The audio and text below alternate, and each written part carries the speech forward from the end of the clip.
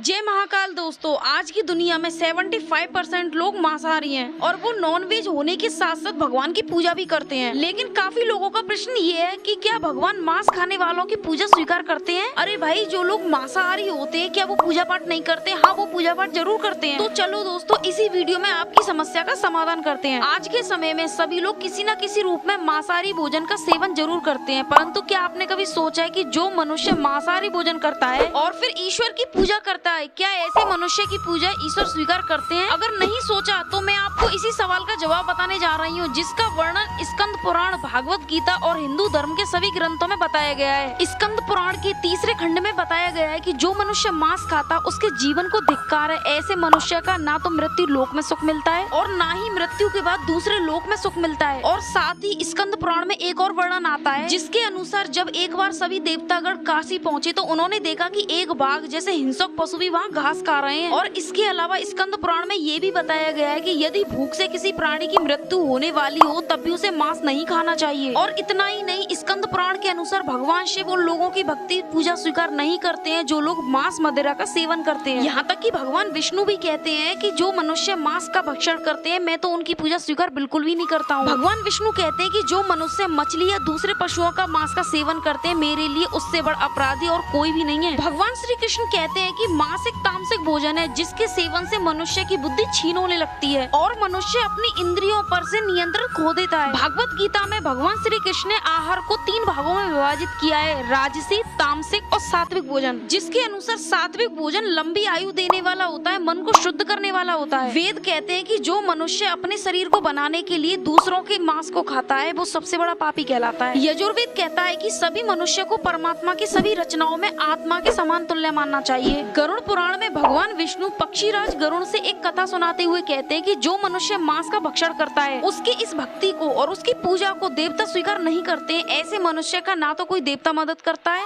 इसलिए मनुष्य को चाहिए कि वो सात्विक भोजन करे ताकि उसके जीवन काल और मृत्यु के बाद भी ईश्वर का स्मरण हो सके और उसे ईश्वर की शरण मिल सके। भगवान विष्णु अपनी वाणी से कहते हैं कि जो मनुष्य स्वाद के लिए दूसरे पशुओं की हत्या करता है उसे मृत्यु के बाद पशुओं की उसी योनि में कई जन्मों तक भटकना पड़ता है और वही उसी तरह मारा जाता है जिस तरह खाने के लिए उसने पशु को मारा था। इसलिए मित्रों, यदि आप पूजा पाठ में विश्वास करते, ईश्वर पर विश्वास करते हो तो फिर आप मांसाहार का सेवन करना बंद कर दीजिए। वैसे भी मांसाहार भोजन को वैज्ञानिक रूप से उचित नहीं माना गया, ये मनुष्य को कई तरह से रोगों से ग्रसित करता है। दोस्तों, शाकाहारी भोजन में 70,000 वैरायटी आप उन्हें खाइए, मांसाहार मत खाइए। और जहाँ तक धार्मिक मान्यताओं की बात है, उम्मीद करती हूँ आप लोगों को ये बात समझ आ गई होगी। दोस्तों, वास्तव में आपको ये वीडियो अच्छी लगी है तो वीडियो को एक लाइक और एक सब्सक्राइब जरूर कर देना।